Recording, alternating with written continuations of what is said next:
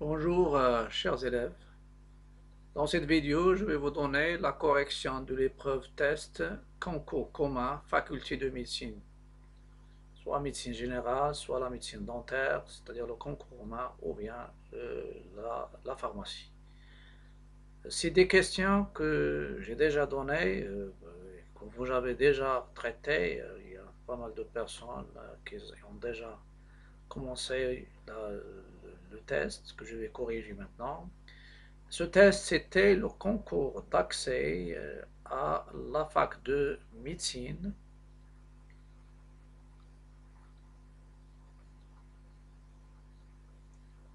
Donc, ce concours, c'est le concours d'accès à la faculté de médecine, session de juillet 2019. Et c'est l'accès à l'université privée de Marrakech. Normalement, c'est le même système pour le concours commun. La question 21, c'était sur 2 points. V1, c'est une suite géométrique de premier terme U0 égale à 3 et de raison 9. Et on pose V1, c'est U0 fois U1 fois U2 fois jusqu'à UN, c'est-à-dire V1, c'est le produit des UN de U0 jusqu'à du UK de U0 jusqu'à UN. L'expression de V1, est-ce qu'elle est donnée par le choix numéro A, le premier choix, deuxième, troisième, ou bien, c'est-à-dire quel est le choix convenable pour Vn parmi les 5. Je rappelle un peu, si je somme les entiers naturels de 1 jusqu'à n, ça c'est la somme des termes consécutifs, des n premiers termes consécutifs d'une suite des premiers termes des entiers naturels, et c'est la somme des termes consécutifs d'une suite arithmétique de premiers termes 1 et de raison 1. Et je sais que la somme, c'est le nombre de termes de 1 jusqu'à n, c'est n, fois la somme du premier plus le dernier sur 2. Mais c'est une règle. S, c'est 1 plus 2 plus n jusqu'à, si vous sommez de 1 jusqu'à n, le résultat final, c'est n facteur de n plus 1 sur 2. Et vous avez U1, c'est une suite géométrique. Donc UN égale à U0 fois Q à la puissance n. Et je vais traiter maintenant c'est-à-dire le Vn, c'est U0 fois U1 fois U2 jusqu'à fois UM. Je remplace U0, U0 c'est U0, U1 c'est U0 fois Q à la puissance 1, U2 c'est U0 fois Q au carré, jusqu'à U1 c'est U0 fois Q à la puissance n. Je vais isoler ce qui est en U0. Vous avez U0 fois U0 jusqu'à U0 ici. Combien de fois? De 1 à n, il y a n fois, et il y a ce premier, ne pas l'oublier, donc il y a n plus 1 fois. Fois q à la puissance, si vous avez a à la puissance n fois a à la puissance m, c'est a à la puissance la somme des puissances. Donc fois q à la puissance 1 plus 2 jusqu'à plus n. Et je vais remplacer U0, et lorsque je somme U0 fois U0 fois, c'est-à-dire 3 fois 3 fois 3, n plus 1 fois, c'est 3 à la puissance le nombre de fois. Fois Q. Q c'est quoi? C'est 9. Et 9 c'est 3 au carré. Fois la somme, à la puissance la somme. La somme, donc, ça c'est U0 à la puissance n plus 1 fois Q à la puissance n facteur de n plus 1 sur 2, c'est-à-dire cette règle. Ça c'est l'application, avant de passer à l'application numérique. Après, je remplace U0 par 3 et Q par 3 au carré. Ça va me donner 3 à la puissance n plus 1 fois 3 au carré à la puissance n facteur de n plus 1 sur n. Et vous savez que a à la puissance n le tout à la puissance m, c'est a à la puissance le produit. Donc ici, ça va donner 3 à la puissance 2 n fois n plus 1 sur 2. Vous simplifiez bien sûr les deux. Et ça va rester 3 à la puissance n plus 1 plus n facteur de n plus 1. Vous factorisez par n plus 1, ça vous donne n plus 1 facteur de 1 plus 1, ça veut dire n plus 1 au carré comme puissance. Et la bonne réponse, ça sera normalement c'est B. Je passe maintenant à la question 22. On vous donne la fonction f définit f1 de x, la racine de x carré moins 1, ln de 2 moins x sur 4 plus x. Je sais que le domaine, c'est quoi? Au lieu de, je peux éliminer plusieurs cas ici, c'est-à-dire les cas, déjà, j'élimine les cas un par un, mais je vais me baser sur le domaine de définition. La racine existe, c'est ce qui est à l'intérieur est positif. Et ça se traduit, bien sûr, vous avez x carré plus 1, ou bien x carré moins 1 égale à 0, ça vous donne x carré égale à 1, donc x égale à 1, ou x égale moins 1. Et dans ce cas-là, je dresse un tableau de signes du trinôme. Il a deux racines, moins 1 et 1. À l'extérieur des racines, c'est le signe de A. Il est positif à l'extérieur, négatif à l'intérieur. Donc, il y a tout un intervalle que je dois l'éliminer, c'est-à-dire l'intervalle moins 1, 1. La fonction n'est pas définie ici, n'est pas définie. Donc, pour celui-là, c'est à exclure. Et on peut exclure les cas où il y a l'intervalle moins 1, 1, où une partie de l'intervalle est incluse. Je passe à la deuxième condition. La deuxième condition, ce qui est à l'intérieur de ln est positif. Vous pouvez prendre des cas comme normalement comme le 1, le moins 1, le 2 et vérifier et peut vous servir à éliminer les cas. Pour moi, je traite le cas avec des tableaux de signes. 2 moins x sur 4 plus x, positif, ce qui est à l'intérieur, et il existe, ça veut dire ici, il faut que x soit différent de moins 4. Donc les intervalles où il y a moins 4 est fermé, il faut les exclure aussi. Vous avez ici je fais le rapport 2 moins x, 4 plus x, et le rapport. Je sais que 2 moins x, il s'annule. Donc 2 moins x égale à 0. Ça vous donne x égale à 2. Moi, j'explique pour vous. Vous pouvez faire directement sans rédaction. Ça vous donne x égale moins 4. Donc, 2 moins x, il s'annule en 0, 2. Et 4 plus x, il s'annule en moins 4. Le rapport n'est pas défini en moins 4, c'est ça le cas. Et il s'annule en 2. 2 moins x, et de la forme ax plus b, le coefficient de a de x, c'est négatif. Et je sais qu'ax plus b, elle prend le signe de a à droite de la racine, et à gauche, elle prend le signe contraire. Donc, vous avez moins, donc ça sera à droite moins, et ici plus plus. 4 plus x, c'est aussi de la forme ax plus b. C'est un binôme. Le coefficient de x, c'est 1, positif. Donc, à droite de 0, c'est positif, négatif. Pour le rapport, c'est comme le produit. Donc, négatif, ici, positif, et c'est négatif. Donc, vous pouvez remarquer que je peux exclure les cas où il y a à droite de 2 et à gauche de moins 4. Donc, il y a deux conditions. Donc, ici, la deuxième condition, et je vais essayer de voir quel est l'intervalle que je vais prendre. Donc, je prends ici moins 4, et dans moins 4, normalement ici, les cas, donc entre moins 4, et il y a ici, il y a 2, où il s'annule. Ici n'est pas défini. Donc, les intervalles qui restent, c'est moins 4 moins 1, over en moins 4, et en 0, normalement, il est fermé. Et vous avez l'autre intervalle, c'est ici, fermé en 1 où il y a un 0 et en 2 strictement positif, donc il faut éliminer 2. Donc pour moi, les intervalles, c'est moins 4, moins 1, fermé, union 1, 2 over. C'est ça le domaine de ma fonction f1. Donc c'est moins 4 moins 1, union, et c'est la réponse D. Après, la question 23. Question 23, c'est une limite. C'est la limite de ln de 1 moins 3x sur l'exponentielle 3x moins l'exponentielle 2x. Lorsque x tend vers 0, ça donne ln de 1 x remplace x par 0, sur l'exponentielle de 0 moins l'exponentielle de 0, ça donne une forme indéterminée 0 sur 0. Vous pouvez utiliser la règle d'Hopital. Pour moi, je vais aussi utiliser les équivalences. ln de 1 plus grand X, il est équivalent à X lorsque X tend vers 0.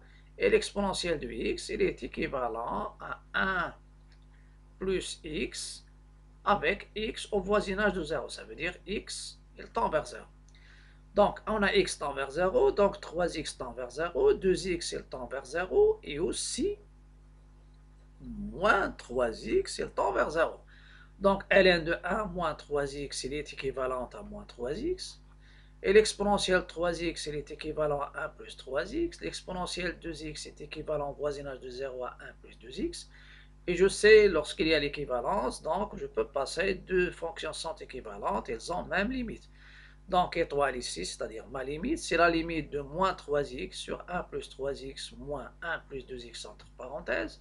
Après, il y a simplification du moins 1, ça reste moins 3x sur x, après simplifier, et la bonne réponse c'est moins 3, donc c'est C.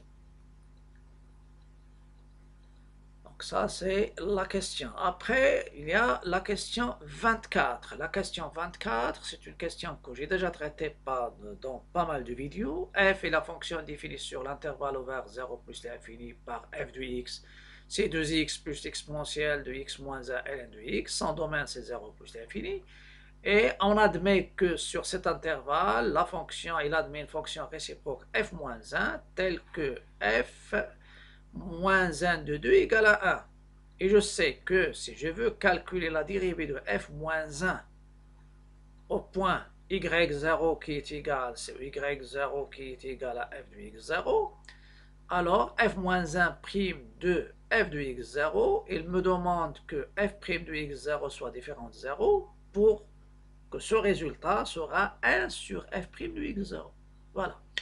Vous avez f moins 1 de 2 égale à 1. Donc, lorsque j'élimine f moins 1 ici, ça apparaît ici f, car f en f moins 1, c'est l'identité. Ou bien, vous avez y égale f de x, y égale f de x équivalent x égale à f moins 1 de y. Donc, ça vous donne 2, c'est f de 1. 2, c'est f de 1. Et je calcule la dérivée. F moins f' de x, c'est la dérivée de 2x plus la dérivée du produit. Et je sais que la dérivée du produit, c'est la dérivée de u fois v sur u'v plus uv'. Donc 2x, ça donne 2. La dérivée, l'exponentielle x moins 1' fois ln de x plus x moins 1 fois la dérivée de ln. Donc 2. Je sais que l'exponentielle x moins 1, c'est la dérivée de l'exposant qui est égal à 1 fois l'exponentielle de x moins 1. Voilà, fois ln, plus l'exponentielle de x moins 1 fois 1 sur x, car ln de x, sa dérivée de 1 sur x. Après, ça sera, je remplace directement x par 1, f' de 1, ça sera 2, l'exponentielle de 1 moins 1 qui est l'exponentielle de 0, qui est 1, ln de 1 c'est 0, ici c'est 1 fois 1 sur 1 c'est 1, donc ça me donne f' de 1 c'est 3, il est différent de 0, donc f moins 1 de 2 qui est f moins 1 prime de 2 qui est f moins 1 prime de f de 1, c'est 1 sur f' de 1 et c'est 1 sur 3. 1 sur 3, donc la bonne réponse c'est A.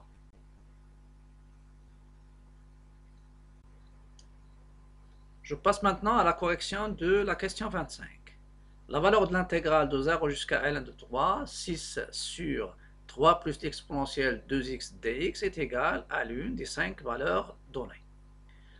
Si vous avez une intégrale où il y a un rapport, pensez à une primitive de u' sur u de dx, c'est ln de valeur absolue de i de x plus une constante. Si je prends ici la dérivée du dénominateur, c'est-à-dire de 3 plus l'exponentielle 2x', c'est la dérivée de 3, c'est 0. L'exponentielle 2x, c'est la dérivée de l'exponentielle 2x, la dérivée de 2x fois l'exponentielle 2x. Donc ça donne 2, l'exponentielle 2x. Donc je vais changer un peu la forme. Ça, c'est pas la dérivée, c'est pas 6. Je remarque que si je multiplie le dénominateur par 2, c'est-à-dire 2, 3 plus l'exponentielle 2x, c'est 6 plus 2 l'exponentielle 2x. C'est pourquoi ici, je vais ajouter 2 l'exponentielle 2x et retrancher 2 l'exponentielle 2x pour pouvoir diviser la fraction en deux. Donc, ajouter, retrancher, après, je vais séparer deux fractions. Donc, l'intégrale, ce sera de 0 jusqu'à ln de 3, de 6 plus 2 l'exponentielle 2x sur 3 plus l'exponentielle 2x, moins 2 l'exponentielle 2x sur 3 l'exponentielle 3 plus l'exponentielle 2x. Et vous pouvez remarquer ici, ça apparaît la dérivée du dénominateur. Après, je factorise par 2 et je simplifie. Et je fais donc, ça devient l'intégrale de 0 jusqu'à ln de 3 de 2, moins la dérivée de 3 plus exponentielle 2x sur 3 plus exponentielle 2x dx. Une primitive de 2, c'est 2x. Entre crochets, je passe bien sûr au primitif, moins ln de 3 plus exponentielle 2x entre 0 et ln de 3. Ça, c'est positif. Donc, je remplace 2 ln de 3 moins ln de 3 plus l'exponentielle de 2 ln de 3 moins, entre parenthèses, 0 moins ln de 3 plus l'exponentielle de 0. L'exponentielle de 0, c'est 1. Je passe à l'exponentielle de 2 ln de 3. C'est quoi? C'est l'exponentielle de ln de 3, le tout au carré, et vous avez l'exponentielle ln de a, c'est a. Donc, ça donne 3 au carré, c'est 9. Et je remplace. Ça va donner i, c'est 2 ln de 3, moins ln de 3 plus 9, c'est 12, plus ln de 4. Moi avec moi, ça donne plus. ln de 12, c'est quoi? C'est ln de 3, 4 fois 3, c'est ln de 4 plus ln de 3. Et vous avez un moins ici. Donc, ça devient 2 ln de 3, moins ln de 4, moins ln de 3 plus ln de 4. Simplifie les ln de 4. 2 ln de 3, moins ln de 3, ça donne ln de 3. Et ça donne la bonne réponse. Je pense que c'est dès maintenant. Voilà. La question 26, c'est dans les transformations dans le plan complexe. Donc, le plan complexe est rapporté à un repère orthonormé direct, soit R la rotation qui est associée à tout point M d'affixe Z, le point 1' d'affixe Z', tel que Z' égale moins n demi plus R racine de 3 sur 2 fois Z, plus racine de 3 sur 2, plus 3i sur 2. Vous pouvez écrire ça, c'est l'exponentielle θ avec le cosinus θ, c'est moins n demi, sinus θ, c'est racine de 3 sur 2, et sans doute, ça sera pi moins pi sur 3, ça veut dire 2pi sur 3. C'est E et pi, 2pi sur 3. Mais ce qui m'intéresse, c'est pas l'angle, mais c'est le centre. Je rappelle, R, rotation de centre oméga et d'angle θ, alors son expression complexe, ou bien son écriture complexe, Z', c'est E et θ, Z moins Z oméga, plus Z oméga. Et je sais que le centre, il est invariant par la rotation. Ça veut dire qu'il ne change pas. Son image, c'est elle-même. Donc, Z' égale à Z. Donc, vous avez deux choses. Si vous voulez trouver directement l'affixe de oméga, essayez de résoudre l'équation Z' égale à Z.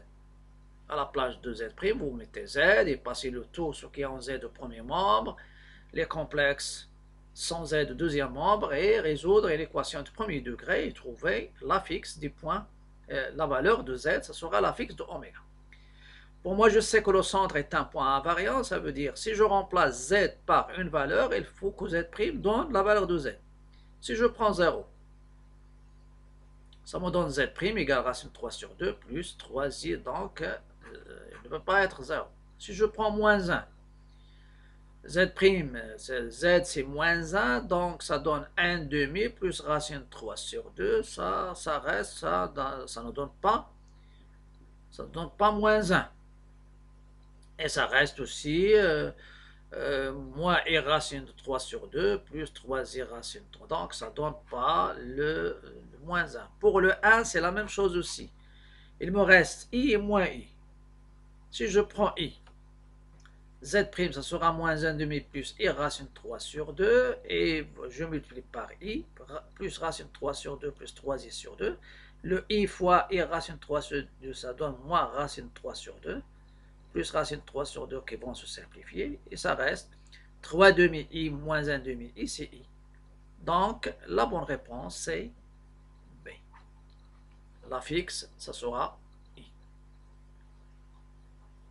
La question suivante. La question suivante, c'est une question sur aussi les nombres complexes. On considère un nombre complexe z égale sinus θ plus i carré cos θ, facteur de cos θ plus i sinus θ, où θ appartient à l'intervalle ouvert moins pi sur 4, pi sur 4.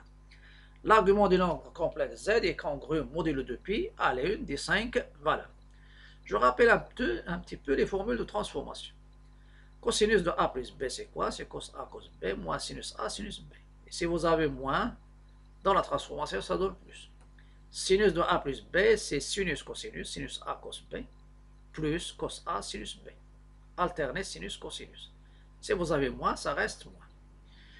Je peux transformer cette expression qui s'écrit sous la forme a cos x plus b sinus x. Je factorise par la racine de 1 au carré plus moins 1 au carré, ça veut dire par racine de 2.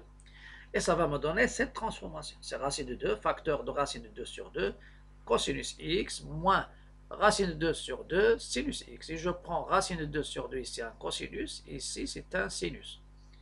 Et ça me donne racine de 2 cos pi sur 4 cos x moins sinus pi sur 4 sinus x, c'est racine de 2 cosinus pi sur 4 plus x. Et pour vous, si vous avez cos x moins sinus x, la transformer directement, c'est racine de 2 cos pi sur 4 plus x. Et si vous avez plus, c'est racine de 2 cos pi sur 4 moins x. Et je reviens à mon complexe. Z, c'est sinus θ plus i carré cos θ, facteur de cos θ plus i sinus θ. Vous avez ça, c'est un réel, parce que i carré, c'est moins 1. Donc ça donne sinus θ moins cos θ, e et θ. Vous pouvez prendre ici, factoriser par la racine de 1 au carré plus moins 1 au carré, et suivre la même méthode. Ou bien prendre celle-ci et multiplier par moins. Donc ça donne moins racine de 2 cos pi sur 4 plus θ. Et celle-ci c'est quoi? C'est e et θ. Le moins, parce que je veux avoir un module qui est positif. Donc moins, c'est, je prends le moins, et le moins c'est quoi? C'est l'exponentielle pi. Ou bien vous pouvez prendre moins e et θ, c'est l'exponentielle pi plus θ. Donc, ça va vous donner pi, l'exponentielle pi fois l'exponentielle i θ, c'est l'exponentielle i, facteur de p plus θ. Et je vais voir ici ce facteur, est-ce qu'il peut jouer le rôle du module. Vous avez θ entre moins pi sur 4, donc j'ajoute pi sur 4 deux membres, ça donne 0. Pi sur 4 plus pi sur 4, c'est 2 pi sur 4, c'est pi sur 2. Et je sais que sur l'intervalle moins pi sur 2, le cosinus est strictement positif, parce que elle est large, il est strict. Donc, le cosinus pi sur 4 plus θ positif. Donc, le module, c'est quoi? C'est racine de 2 cos pi sur 4 plus θ. Et l'argument, c'est quoi? C'est p plus θ. Donc, la bonne réponse, c'est A.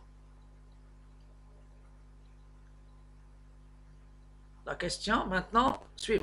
La question suivante, c'est la question 28. Soit A et B, deux points distincts de l'espace E munis d'un repère orthonormé. L'ensemble des points M de l'espace vérifiant AB scalaire le vecteur MA plus MB égale à 0 et est-ce que c'est une sphère, une droite, un plan, l'ensemble E ou bien l'ensemble U. Normalement, ces deux-là, vous pouvez les exclure. Parce que je sais que dans l'espace, l'ensemble des points M de l'espace tel que AM scalaire N égale à 0, c'est-à-dire, vous avez, ça c'est un vecteur, sans doute ça sera un vecteur normal. C'est le N. Et MA plus MB, c'est un vecteur lié à M.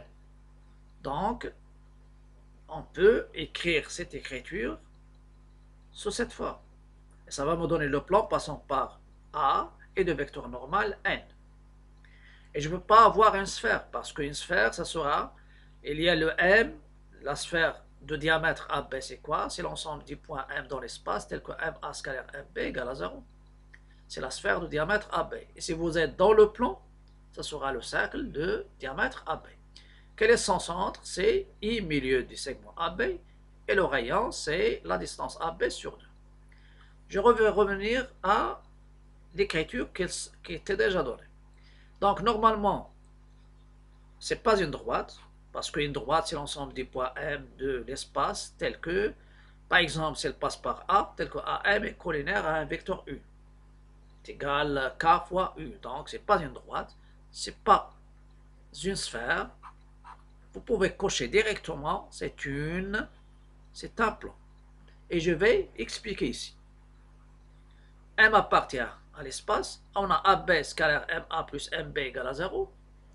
Est équivalent à B, vous avez MA plus MB, c'est-à-dire ça, on sait déjà que MA plus MB, je peux compléter un parallélogramme. C'est-à-dire, ça donne MD. Et vous avez le parallélogramme, c'est AMBD, de diagonale DM. Et l'autre, c'est AB, il se coupe au milieu. Et vous avez normalement MD, c'est 2MI. Donc, MA plus MA plus MB, vous pouvez prendre ces 2MI avec ici le milieu des segments AB. Donc, ça donne AB scalaire 2MI. Le 2, c'est non nul. Donc, AB scalaire MI égale à 0 avec I le milieu de AB. Et vous pouvez conclure, c'est le plan passant par le point I et le vecteur normal AB, ou bien il est orthogonal à la droite AB. Passant par I et le vecteur normal AB, c'est-à-dire il est orthogonal à la droite AB. Donc, la bonne réponse, c'est C. Ça, c'est l'explication. Mais pour vous, ce n'est pas l'espace entier, ce n'est pas l'ensemble vide, et ce n'est pas une droite, et ce n'est pas une sphère. Les plans, on peut avoir ce genre, et on peut avoir l'ensemble des points de l'espace, tel que la distance MA égale la distance MB. C'est-à-dire, c'est le plan médiateur. Le plan médiateur, c'est le plan qui passe par le milieu des segments AB et orthogonal à la droite, passant par les deux points A et B.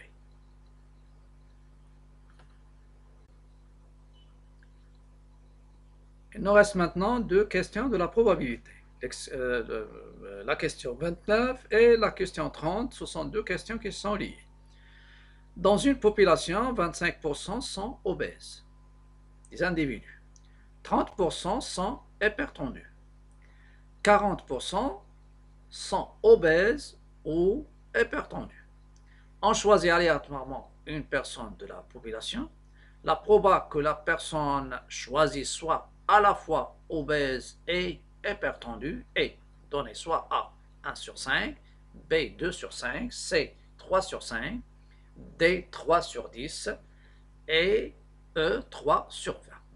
Et je vais rappeler, dans une expérience aléatoire, si vous avez deux événements de l'univers oméga, ça veut dire A c'est une partie de oméga, B c'est une partie de oméga, je peux parler de l'événement intersection et l'événement union. L'intersection, c'est l'ensemble des résultats communs entre les deux événements, où il y a la conjonction et. Ça veut dire où A est réalisé et B est réalisé aussi. Et vous avez l'union, c'est l'ensemble des résultats qui, bien sûr, appartient à A ou appartient à B. Donc, vous avez l'intersection. L'union, c'est quoi? L'union, c'est l'ensemble, c'est-à-dire, c'est les éléments qui appartiennent à A, les éléments uniquement à A, uniquement à B, et les éléments qui appartiennent à A et à B. Ce sont les intersections. La probabilité, il y a un résultat.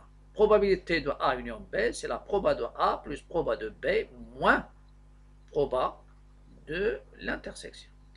Et vous avez aussi la même chose, ça vient de cardinal de A union B, c'est cardinal de A plus cardinal de B moins cardinal de l'intersection. Et si les événements sont incompatibles, ça veut dire si l'intersection et l'ensemble vide, il n'y a pas d'intersection, la proba de A union B, ça sera la proba de A plus proba de B.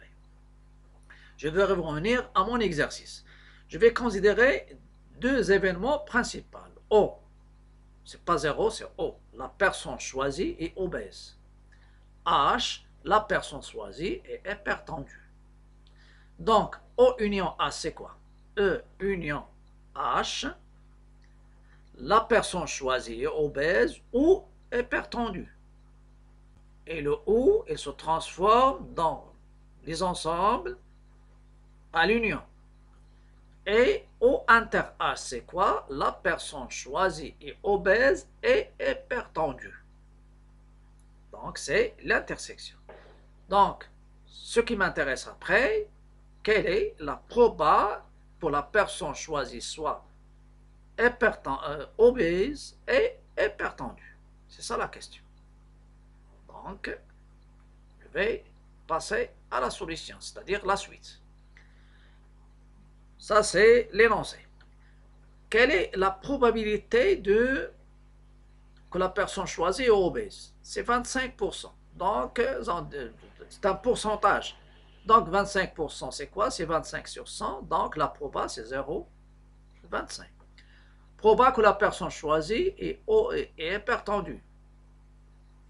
C'est 30 sur 100, c'est 0,3. La proba que la personne choisie obèse ou hypertendue. C'est la proba de O union H. C'est 40 sur 100, c'est 0,40.